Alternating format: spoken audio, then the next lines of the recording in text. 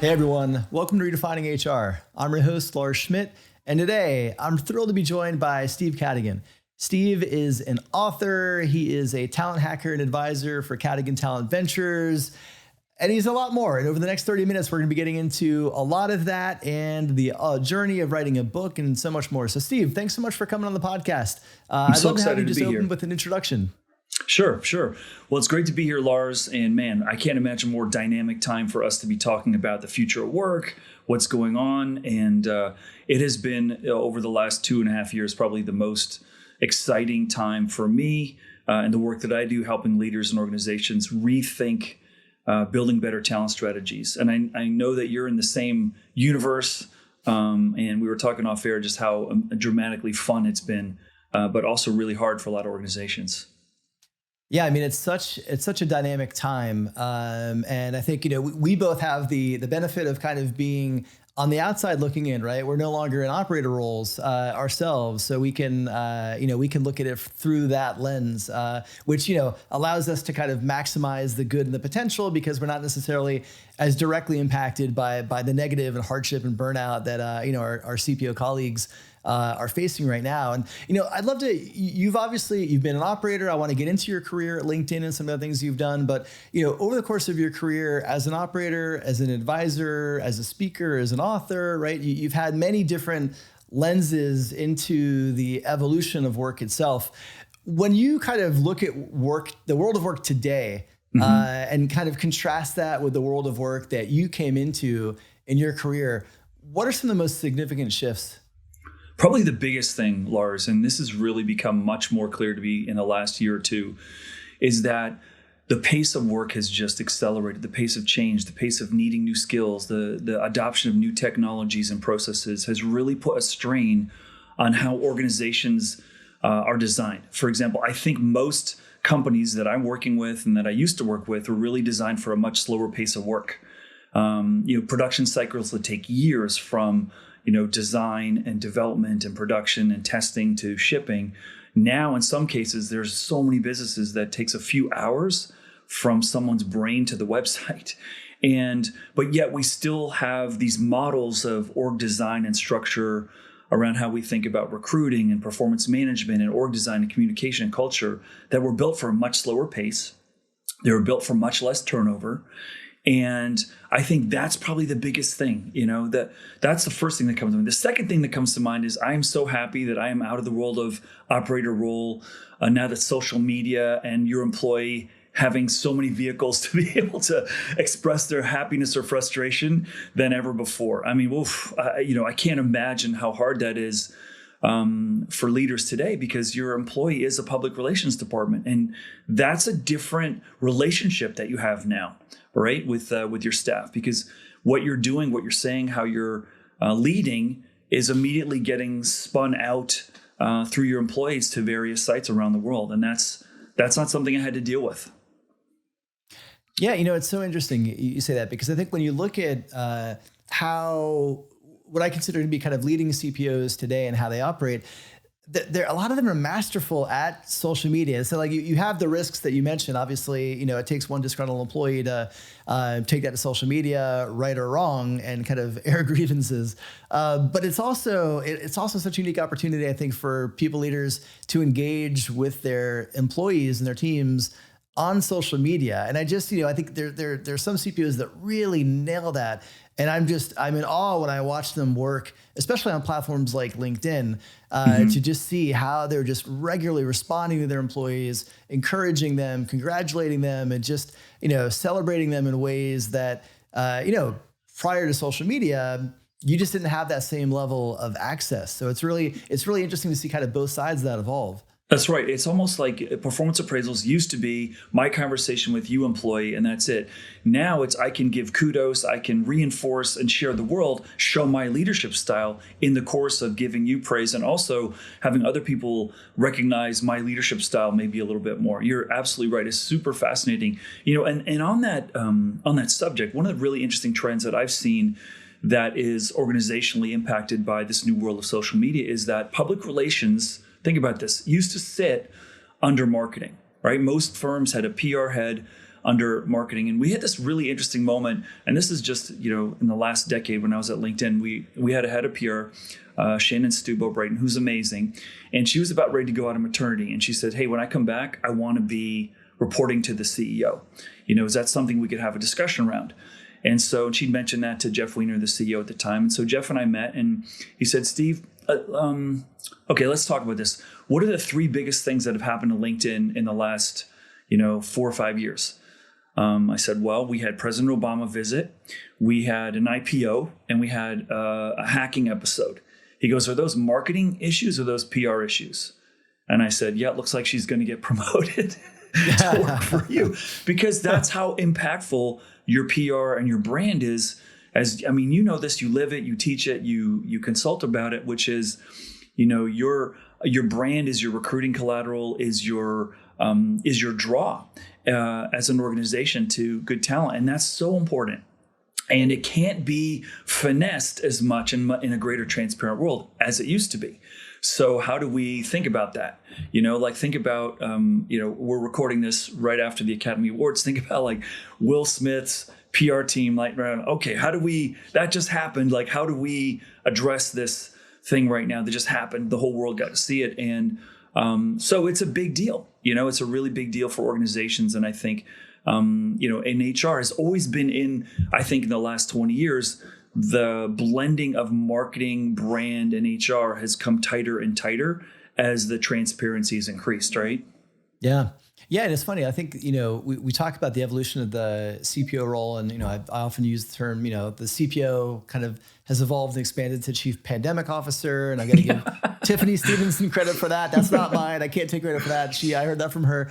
But now I think it's also, in a lot of ways, Chief Crisis Communications Officer. And you kind of talk about PR dealing with things externally. But I think when you look at just even the last 2 years, from the pandemic to George Floyd's murder to the insurrection to Russia's war on the Ukraine. So many societal and geopolitical things are also taking place where oftentimes the head of HR is the person on the front lines of at least kind of messaging internally to employees. And it's beyond, hey, we have these EAP resources or support resources to help you navigate this. But it's like, what is our stance as a company on this? What are we going to state publicly or not on this? And I feel like over the last 2 years, so many layers have just been added on top of the core responsibilities of what traditionally was a CHRO. And that role has just become so much more multifaceted and dynamic as it expands to take on all this additional responsibility. Right. And I think that's an extension. It's so fascinating. We could talk about this for hours, but think about this. There are more dimensions of just layers, as you say, impacting the engagement of our workforce out of our control than ever before, right? Like, I know more about my coworker than I ever used to, thanks to social media. The awareness of, issues in society are coming into the workplace more than ever before. And we've seen a couple of really interesting experiments in the last year.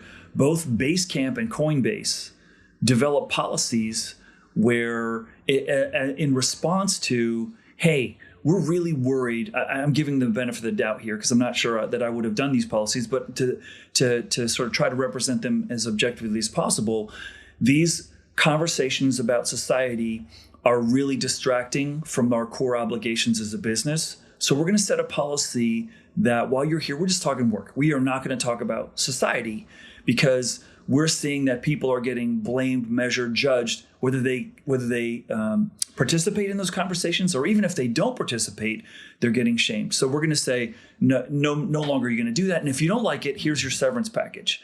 And that we've never seen that before, where companies having to make a decision culturally around whether these are topics that are relevant, necessary, constructive or destructive in our organization. I mean, that's phenomenally fascinating, and then to say, hey, we've taken a big pivot with our culture. So here's a severance package if you don't like it. And some people saying, yeah, I don't like it, I'm out. It's like, whoa, Yeah. Wow. I mean, look, I think Basecamp lost almost a third of their employees, right? Mm-hmm. When they did that. I think, for Coinbase, crypto as an industry tends to be more libertarian. I think it was perhaps, consistent with what people might expect from that type of organization. And I had LJ Brock, Coinbase chief people officer, on just after. Actually, had recorded a podcast with him a day before Brian Armstrong's blog post on that, and then I was like, "Hey, could we record a round two?" Because and he graciously came back, 2 days later and recorded it so I could get kind of his perspective. And I think, they've been really pushing the boundaries around their HR and people policies. I view them as a den of innovation on that side. On the apolitical side, again, personally, I wouldn't make that call. I don't know that I agree with it. They have every right to make it, but I think it does in the case of a company like Basecamp, where, that decision seemed to run counter to the culture that they were very publicly building. And again, the result was, people left. And now, more people who self-align with that kind of environment will choose them maybe than did before. And people who don't won't. But it's interesting to see how companies, there isn't a playbook for this, and there isn't like a set right or wrong in how you navigate this. But every decision has downstream ramifications that impact talent, recruiting, retention, all the things we're talking about. Yeah. And I think this is an evolution that the pandemic has really amplified around the personalization of work and the greater awareness we need to have around the psyche of our talent. And one size fits all model of HR is over. It's done. It doesn't work. It's not going to be there. And if you want to do that, you can. I think your addressable market for talent is going to be significantly diminished. The organizations that are like, we all are going to work this way, when half the organization said, well, we worked a different way and we actually like it more and we're more productive. And you're not giving us a business justification, just your comfort level is work this way.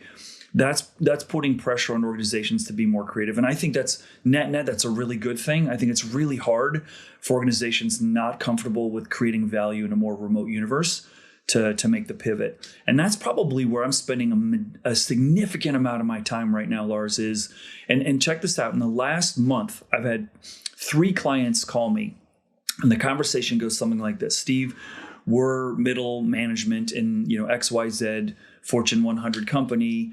Our senior executives want us all go back to work.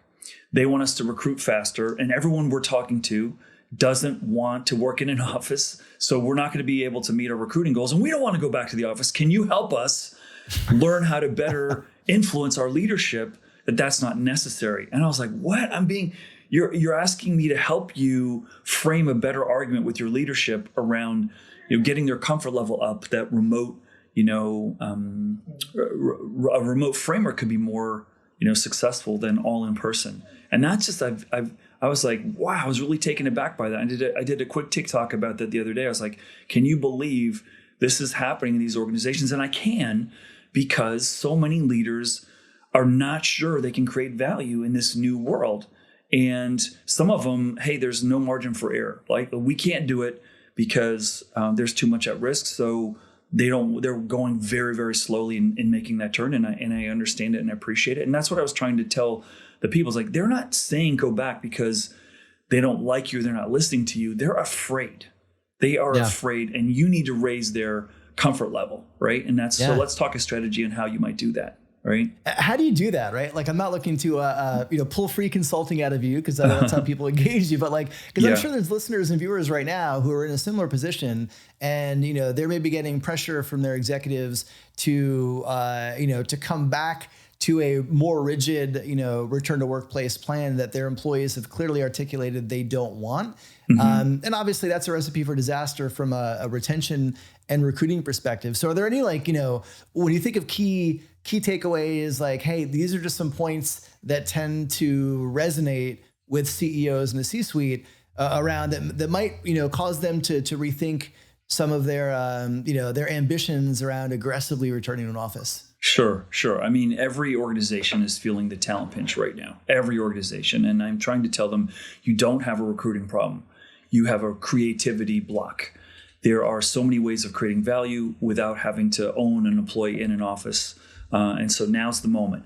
And so what I would say is, and every time I've got to influence a CEO, the first thing that you do is say, who does that CEO listen to the most?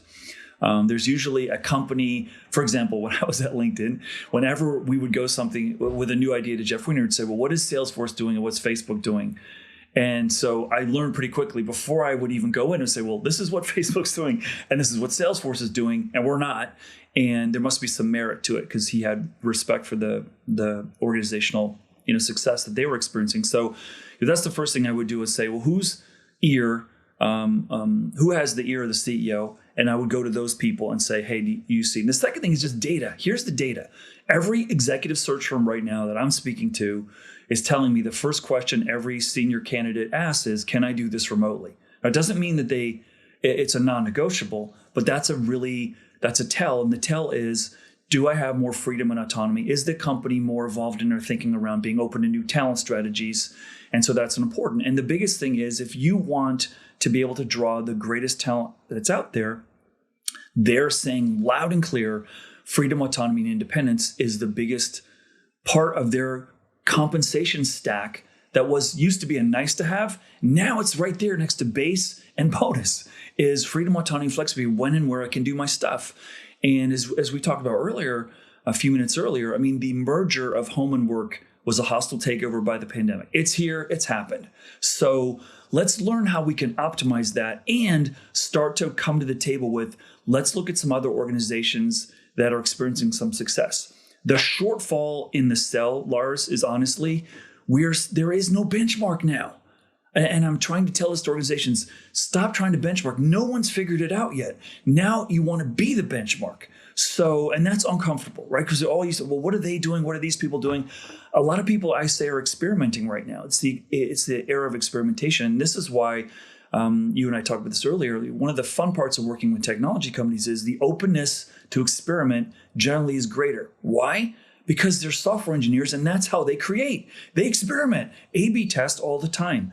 And so the receptivity of trying new things is greater. And some of the organizations that are not as heavily tech intensive, that experimentation DNA is a little lighter, right? And so those would be some of my recommendations. You'll find that influencer of the chief executive, try to influence that person. It may be easier, and get that person to help you, but also supply them with data as much as you can, because the candidates are speaking super loud right now. Today in the news, before we got on air, the 9th month in a row where 2% of the workforce, 9 million people in the United States, voluntarily resigned. And I don't think it's going to stop. I mean, in the article, this is a Business Insider article, talks about it's the new norm, and so, people who used to be, okay, they look the other way because there's a few things that weren't favorable to their, perspective on work. They're now saying, no, I'm not, I don't have the tolerance to deal with the stuff that I don't like as much because I have more choice. And they're taking advantage of that. And that is putting pressure on especially industries that have never had to fight for talent before, where this is happening, right? Hospitality, retail, restaurants, right? Yeah, I mean, it's fascinating. There was a McKinsey study last year kind of digging into the Great Resignation. And one of the data points that just jumped off the graph to me was that they surveyed employees who volunteered that they were probably going to be looking in the next 3 to 6 months. And of that set of employees, 66% of them would be willing to leave their job without another job lined up. And that I saw that and I was like, okay, well, how, there's a level of this that you can't respond to. You can't retain everybody. You shouldn't try. You should try to create a great environment that attracts and holds talent. But you should also realize that you're not going to be able to hold all of your talent all the time. But just seeing the amount of people who are actually saying, you know what, like, it's my time, and I know I'm confident enough in my skills in this market, I'll find something, even if I don't have an offer in hand.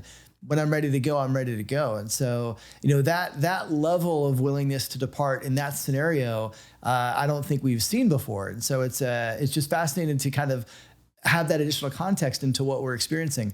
I want to go back to LinkedIn because, you've done a lot of things in your career, but, one of your formative roles was really helping scale LinkedIn from 400 employees to 4,000 and kind of, going through their IPO and that key phase of growth for them. Looking back on that experience, what's something maybe that you learned at the end of that journey that you wish you could have gone back in time and told yourself at the beginning? One of the things that massively frustrated me was the heartbeat of any organization, which is your executive staff meeting. Over the time that I was at LinkedIn, the first 2.5 years, we every few months were experimenting with a different structure, and it drove me crazy. I was like, why doesn't the CEO and the CFO, Steve and Jeff, who are really the core of how we're going to do that meeting, like, why don't they just pick something and let's run with it? And they're like, okay, we're going to do it this time of day. We're going to do it for this length of time. We're going to do it this day of the week. We're going to invite these people. Who's going to own the agenda? What is the agenda? We must have switched that meeting up probably 25 times, Lars. And finally, after about 2.5 years, we set on the format and the structure.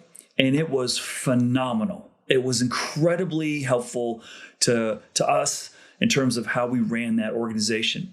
And at the time, I'm like, what is wrong? And it wasn't until I honestly left, Lars, I was like, man, that was brilliant. It was brilliant that we experimented, because if we were told this is the methodology, I don't think it would have stuck. But we all had input into it. Should you invite your lieutenants, to the executive staff once in a while? If you're not in town, should you bring someone in? Should we organize the time so that the geographies of India and Europe can be included? We had to think about all these things. And a lot of people say, well, what was it? And it's like, that's not the point. What the framework was. The point was the inclusiveness of everyone in that team trying to give input, and what we came up with was a really beautiful model of just what are the company's priorities, and do they have the right leadership? Are they on track? And are they resourced effectively? And we would begin every staff meeting. What's the most important priority in the company? Do they have the right leadership? Are they tracking? And are they staffed appropriately? And that helped us tell people, no, we can't fund your project because 3 key projects aren't funded or they're not performing and they need more staff. Right. And so that was really great. But man, it frustrated me at the time. I'm like, this is really, this is like, high school, like this is Bush League. Like we should be more on top of our game. And it was actually really brilliant in the end. And I was really critical of Jeff. And I told him at the end, I was like, man, that was something I really criticized you for. And now I see the brilliance. And I don't know if that was part of your master plan, but it really worked out great. Yeah, it's so interesting how the benefit of hindsight can allow you to see things through a different light, right? When you're experiencing them, obviously, a cause of great frustration. And in hindsight, when you're a bit removed from like the iteration of that period, you can actually realize how, going through that process is how you landed in that end state, which is the ideal end state. So yeah, it's really interesting. I want to ask you, one of the things that LinkedIn was famous for is their tour of duty program. And if you haven't read The Alliance, you should definitely get your hands on that book. I think it's probably one of the most formative books on recruiting that I've read. And I've seen this, I've done a lot of work with LinkedIn over the years. And so I've seen this up close, the way people take advantage of the tour of duty program. And, for those of you that may not be familiar with it, the general idea is that you're hired into a role for a general agreement that it's going to be like a 2 to 3 year role. And at the end of that 2 to 3 year role, you're going to sit down with your manager and you're going to reevaluate, right? Is this still what you want to be doing? Is this still challenging you? Are you still growing? Are you still contributing at the level that the business needs you to at that point, right? So you have that honest kind of both-sided discussion. And through that, you can determine what your growth path is. Maybe it's continuing in the role. Maybe it's moving into another team altogether, which happens a lot at LinkedIn. Or maybe it's the consensus is it's time to leave the organization. Your next step is not going to be here. And I'd love, obviously, you are involved in managing, architecting, orchestrating that. What was that like internally? Like as a CHRO of LinkedIn in an environment that really is based on that level of mobility and honesty around career conversations, what was that like to manage? This is really interesting. I've never been asked that question, and I'm going to open the cupboard here to a cupboard of darkness that people, it may surprise some people. So that strategy, that thinking around career and job and the relationship between employer and employee isn't something that I could say every one of our leaders was subscribed to. Okay. Reed was there. I don't know that Jeff was really there. And I especially don't think our engineering and product teams were there. But here we are, a budding organization that is competing for talent against people who could pay more, benefit more, outperk us, work environment us, and we're getting slaughtered. And we were like, oh my gosh, if the world knows that we don't know how to recruit and we're LinkedIn, like that's not news that we want out there. We better figure this out. And so, when you're faced with that urgency of we have to solve the talent problem, because we knew most people were going to LinkedIn through a Google search, and we knew that Google was aware of that. And if Google says, hey, we're going to redirect you over here to the Google career page, or the Google, help you find a job page, or Google Circles, which they came up with, which was a real direct threat that we spent, weeks sort of like, oh, is this, should we be worried about this or not? We had to be creative. And so I'd like to say, hey, weren't we brilliant coming up with this tour duty concept? That was almost a necessity for us to say, hey, we've got an obligation to be more creative because we're LinkedIn, we're the professional network. So let's experiment. And one of the things we had, I call them career bursts. It wasn't just 2 or 3 years. Some cases we'll send you to Australia for a few weeks, and that's a new experience for you. But it took away, I think, what a lot of organizations I've worked in have had, which is the leader thinking like, you work for me. You don't work for the company, you work for me, like you're my property. And that really creates a lot of blockage around talent sharing. And in an environment where people can literally go next door to tomorrow if they're not happy, you got to come up with something that's meaningful. And so this started to evolve, and we started to see, people's energy levels pick up when they do new things. And that's something that I'm trying to help people see. Like, you're worried about this greater turnover rate than you're used to. But I got to tell you, when have you had the most energy? Doing the same thing for 5 years or doing something really new and scary? And they always say new and scary. I said, okay, but your org design is smothering that from happening.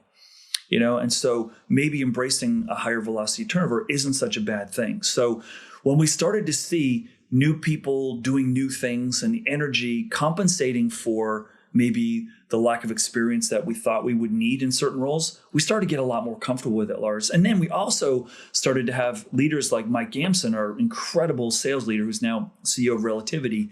He would begin every interview in the sales organization. They're half our company, okay, the sales organization. So they were growing like crazy. Mike would start every interview with, so when you leave LinkedIn, what do you want to be doing? We would begin with the end. We know you're going to leave, right? So let's agree that we're going to contribute together, collaborate to get you where you want to go. And if it's staying here 5 years, awesome. If it's going in a year or two, awesome. But let's agree to make it the best possible, arrangement that we possibly can. So that's a little bit of the iterative process. It wasn't like some grand plan. Hey, we're going to go with this tour duty. It started to evolve and play. And I would say probably half my leaders were not with that program, man, because they're all from you got to stay a long time, and loyalty means a longer commitment. And I think most people came around and were pretty receptive to it over time.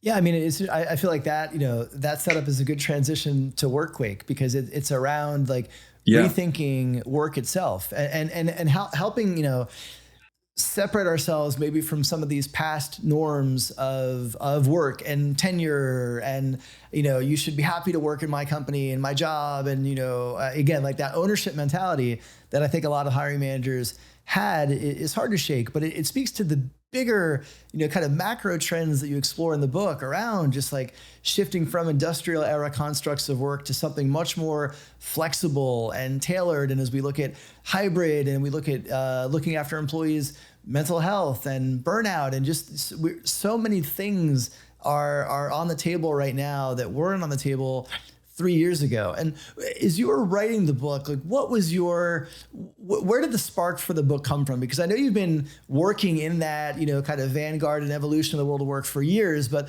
at what point did you say, you know what, this is a book, I've got to get this down? Yeah. Lars, you're really perceptive. I think the LinkedIn experience really shaped me. I was a big company refugee, carrying a lot of baggage around frustration working in big organizations, and wasn't really sure why I had that frustration. And then joining LinkedIn and having to question every assumption around org structure, because we're building it from nothing. And I don't know if anyone who's here has been in an organization where you walk in the door, literally my first day on the job at LinkedIn, and the secretary, the CEO is like, hey, my grandfather just died. What's our bereavement policy? I'm like, I look to the left, look to the right. There's no binder. There's no policy. I'm like, 3 days, how's that work? She's like, yeah, that's fair, thank you. And she walks out the door. Like, when you strip it to its core and you really have to question, why do we do performance reviews? What's the validation of that? Or how many levels should we build in the organization? Why should we build it that way? It really brings a healthy, constructive perspective to things that you've just been taking for granted your whole career. And so, stepping away from LinkedIn for a few years, I started to get some perspective and say, wow, a lot that I think is broken, but I don't think anyone has tried to connect the dots as to why there could be a better way. And so I think that was the inspiration, was really just, I think a lot of people are feeling frustrated inside organizations and professionally. And I wanted to build a conversation based on some trends that I thought would, let's elevate it to have more honest conversations, and let's not start off an employment relationship with something that we both know is wrong, which is, I'm going to promise to keep you here a long time, and you're going to promise to commit to me a long time, which we both know we're not going to follow through on. But let's build our relationship based on something which is not really realistic. And so I'm saying let's have healthier conversations, such as, we both know you're going to go at some point, so let's talk about how we can get you to wherever it is you want to go, right? And so that was sort of the impetus for me. And using some, I use a bunch of stories in the book from my own experience and from other people who were kind enough to share them with me, to try to say, that I don't think the future, the more fluid world of work, is as scary as it could be. And there's a lot of opportunity there, using some of the experiences that we had from LinkedIn. Yeah. Well, let's talk about like this new world of work. You lay a great foundation of Workquake about just all the things that are changing and kind of what's possible.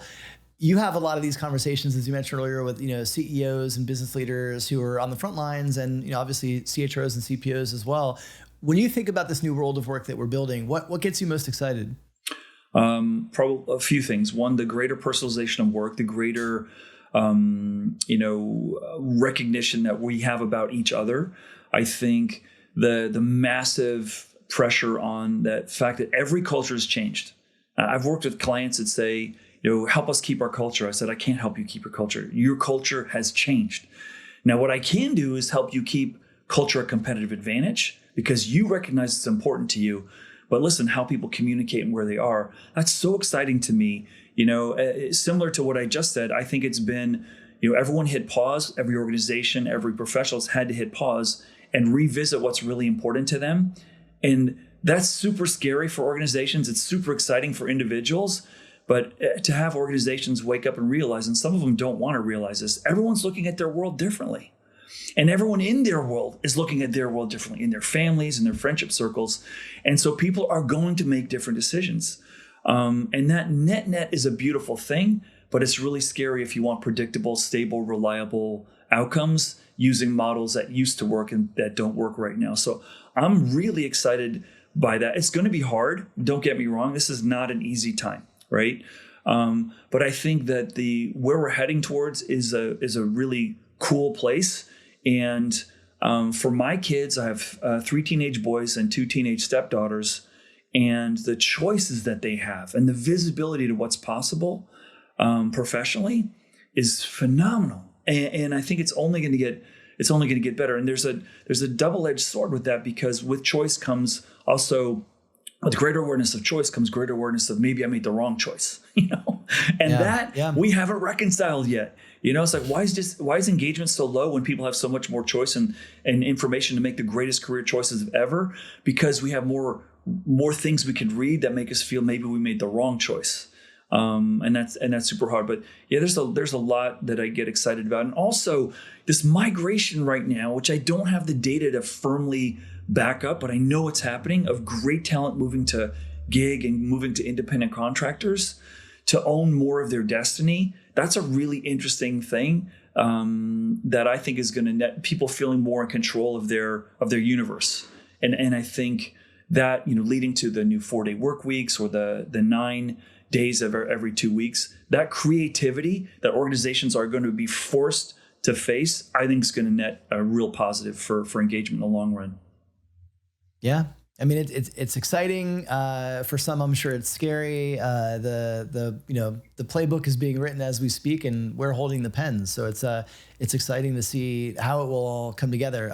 Steve, quickly before we jump in the lightning round, if people want to get your book, where's the best place for them to find Workweek? Books available everywhere. We've got it on Audible. We've got it in bookstores. If it's not there, just ask them to order it. Amazon. My publisher, Mascot Books. You can find it there. We're going to be releasing it in digital format in Spanish soon. And I know you know this from releasing your book, Lars, but probably the digital downloads just is probably the greater forum for sales for my book. So yeah.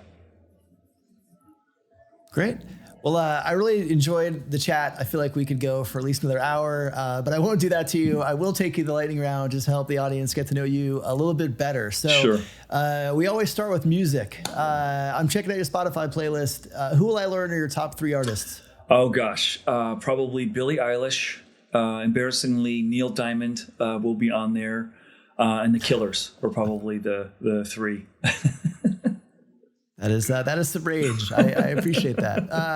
What was your latest binge watch on TV? Latest binge watch. I'm in it right now. We Crashed. And if you want to know what it's like in a startup, you got to watch that. It's on Apple right now. It's phenomenally interesting. And just, for HR people who are getting, venom from people like HR, you guys are just, you're an evil department. Go look at that show from the perspective of, do you think anyone in HR was going to do anything of merit with Adam Newman running that organization? It's super interesting. Super interesting. Yeah. Yeah, that is on my to-watch list. So I'll be checking that out actually on a flight on Friday. So next up, we're shifting careers. You've been an author. You can't be that. You've been a CHRO. You can't be that. You've been an advisor. You also can't be that. What would you be doing if you were kind of pivoting your career right now? I would actually probably be a high school or middle school basketball coach. I've coached all my boys. And they were young enough that they liked me doing that, and I love it, absolutely love it. And so that's probably what I do. Maybe I would be interested in being an assistant coach at sort of the college or community college level, but I love that, and everything I love about HR is everything I love about coaching sports. Yeah. And last question for you, Steve. Who is one HR leader who you admire and why? I'm going to go a little untraditional with my pick here and reference someone that I spoke to earlier. He's not an HR person by title, but he's an HR person more so than any executive I've ever worked with. And that's Mike Gamson. Mike's CEO of Relativity.com. He was our head of sales. I have never in my career had the head of sales be out in front of me on culture in a good way. And Mike would run his sales conferences talking about values, not talking about quotas, not talking about the number or the bogey, whatever it was. And he really, really pushed me and pushed our leadership team to be thoughtful. And another reason that he was such a powerful force for LinkedIn, it's a lot of people don't appreciate this. 90% of my field offices were sales staff. And Jeff and I, the CEO at the time, we would go tour these locations from time to time, and we would come back and go, man, that culture is like cooler than headquarters. Like, what is going on? And that was Mike's leadership, that he really put a premium on making culture a competitive advantage. Great. Well, Steve, I really appreciate you sharing your work, your book, and your ideas with us. This is and thanks again for the work you're doing, kind of leading the charge on this new world of work. It's exciting, and those ideas matter. So I just appreciate your leadership on that. Thanks, and right back at you, Lars. Thank you for having me on the show. I listen to your podcast a lot. I haven't listened to the one with Coinbase and LJ, so I'm going to definitely, as soon as we're done, I'm going to go listen to that one. But thank you too for what you're doing, and look forward to more conversations.